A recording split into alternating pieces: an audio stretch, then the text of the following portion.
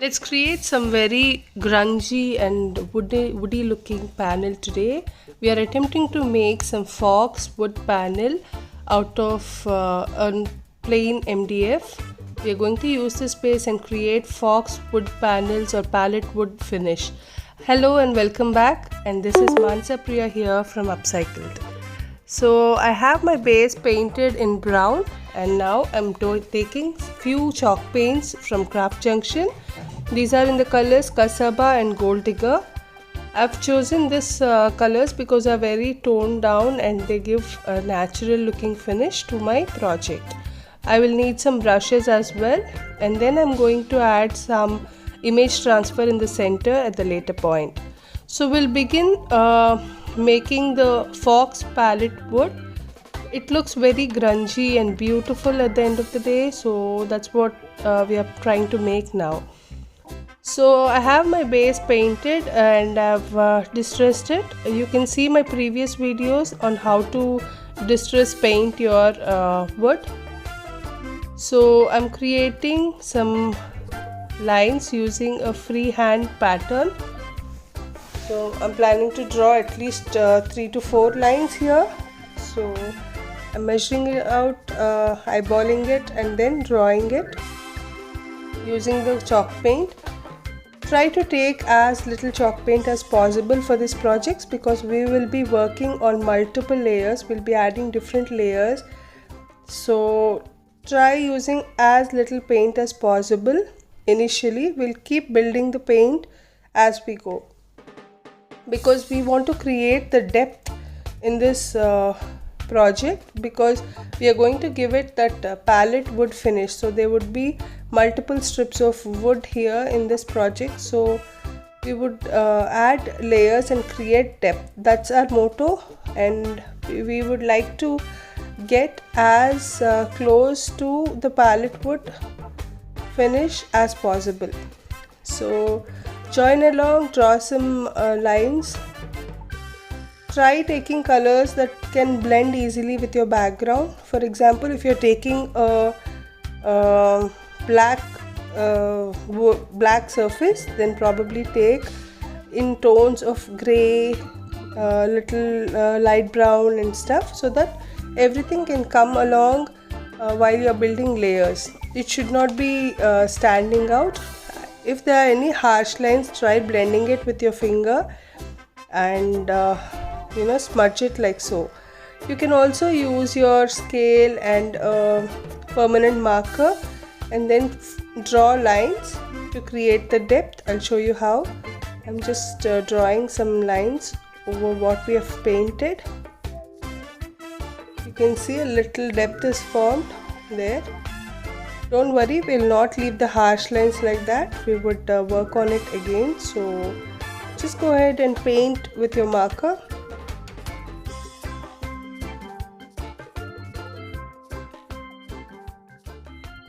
So you can see a little depth already formed here. So we'll add one more layer of paint here and just create a little worn out lines. Don't do straight lines and also try to blend the corners, add shadows.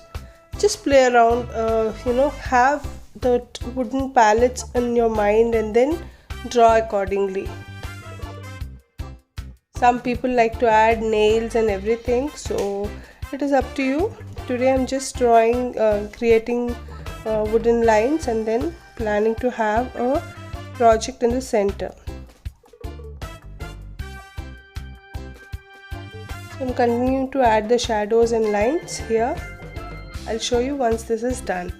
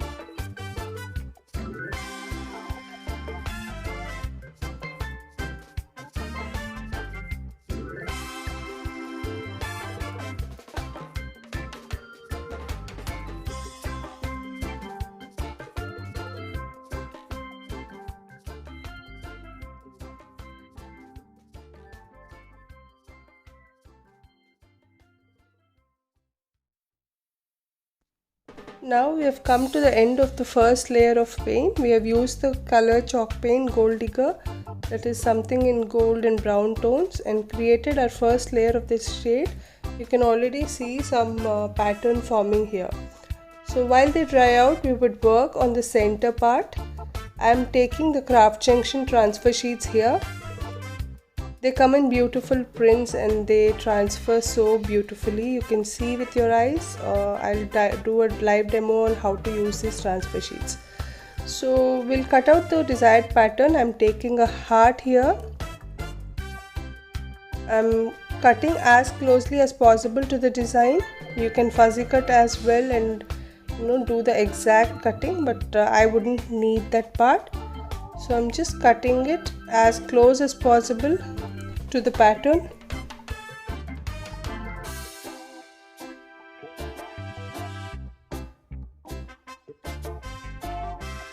I have the desired design.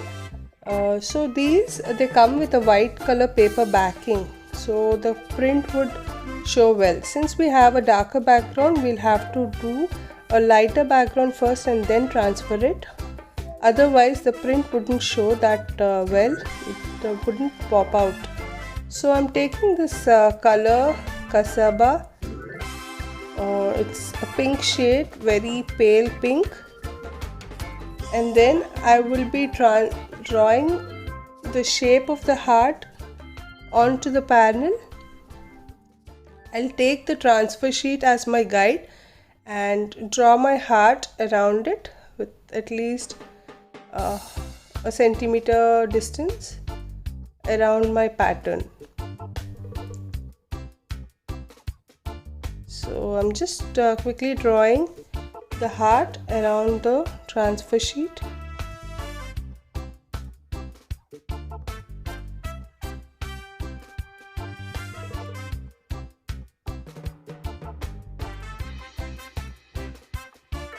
Gently remove the transfer sheet and color the center of the heart.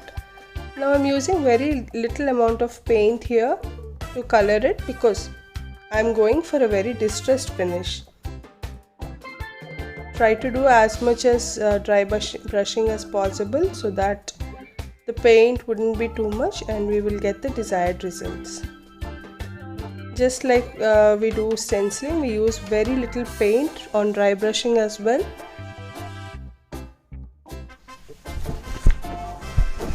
We want the beneath layers to show, so we are adding very thin layer of paint here. You can see the center line of the palette wood we have created.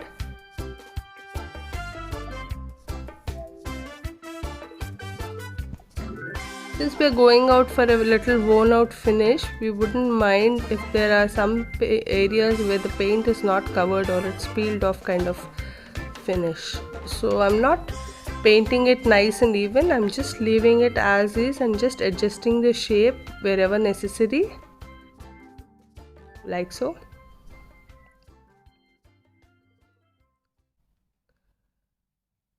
Now by the time the center part dries out, let's quickly add our next layer of paint on the panel lines that we have formed. So now I'll be running with this bright light pink shade onto those lines that we have formed earlier.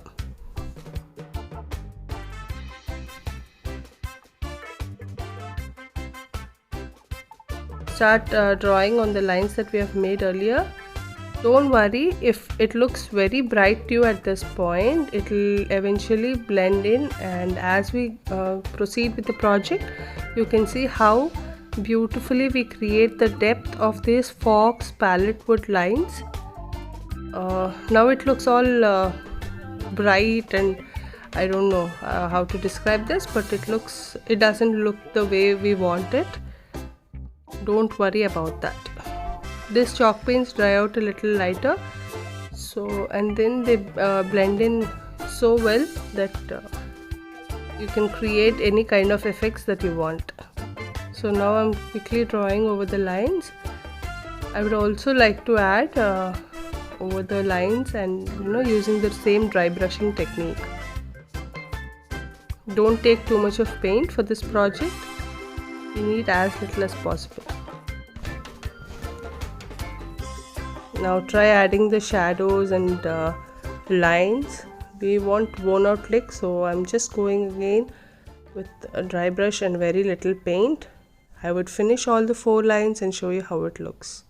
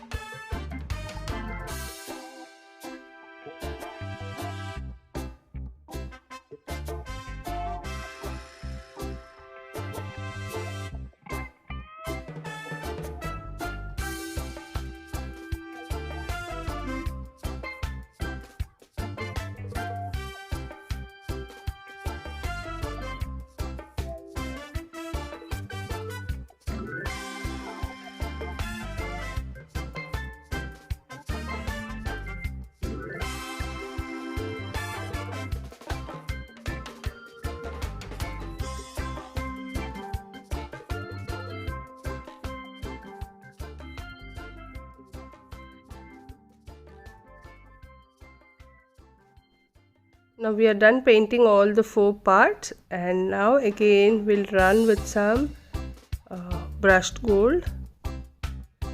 Like I said, we'll build lots of layers here until we get the desired look.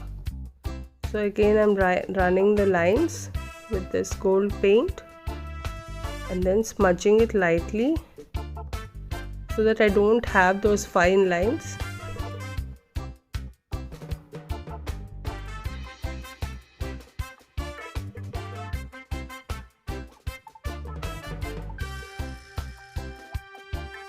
Again, don't worry if the colors are too bright, it will tone down eventually, and once everything comes blended together, you'll see the final effect. So I'm just taking a dry brush and then blurring the lines. We don't want any harsh lines in this project, that's the aim of it. So I'm just blurring everything and adding some shades again.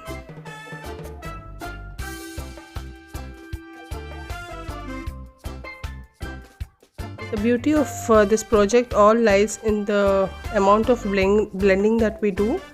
So try playing around and create as natural effect as possible. So now before this dry out, we'll add the center of this heart, the heart that we have cut from the transfer sheet. Now we have a lighter background and it would be nice if we can transfer it. So now I'm taking the plastic backing of this to reveal the sticky part. Try not to hold over the design, use the edges to hold so that the gum doesn't go, and then place it on the surface that we want to transfer. Now press it hard onto the surface, and now take a brush dipped in water or a clean sponge. I'm taking a sponge in some water, dipping very little amount of water and then adding it over the backing like so. Tap till you see the print over the backing. You can see we have some print visible from the wet backing. That is when we know the image is getting transferred. So press hard and try not to move at this point. Try adding water little by little, not too much. And once you think all the pattern is visible and we have given enough tap for the backing to stick, that's when the magic comes. Slowly and gently pull out the backing like so, and then the image is transferred so beautifully. Do you like it so far? This is how beautiful the pattern is, and we can see the distressed background as well. Alright, now once everything is dry, I'll show you how it looked, and we'll proceed adding some varnish. This is the varnish from Craft Junction again. They come in beautiful package, and this varnish is essentially very useful. Take as little as possible. Oh, that's too much. We'll remove a little of varnish. We would only need tad amount of varnish for this project. You're securing everything in place. Now the background looks very white. I'll show you once everything is dried so that you know how blended and it looks. I've achieved the right finish I wanted the palette would look, so I can see it. I'm not sure how you can see it on the camera. I'll show you the close-up of how it looks once this is dry. There we go, our palette wood finish panel is ready. You can see how it is beautifully come out once it is dry. Thank you all so much for watching. Please do subscribe to my channel if you like.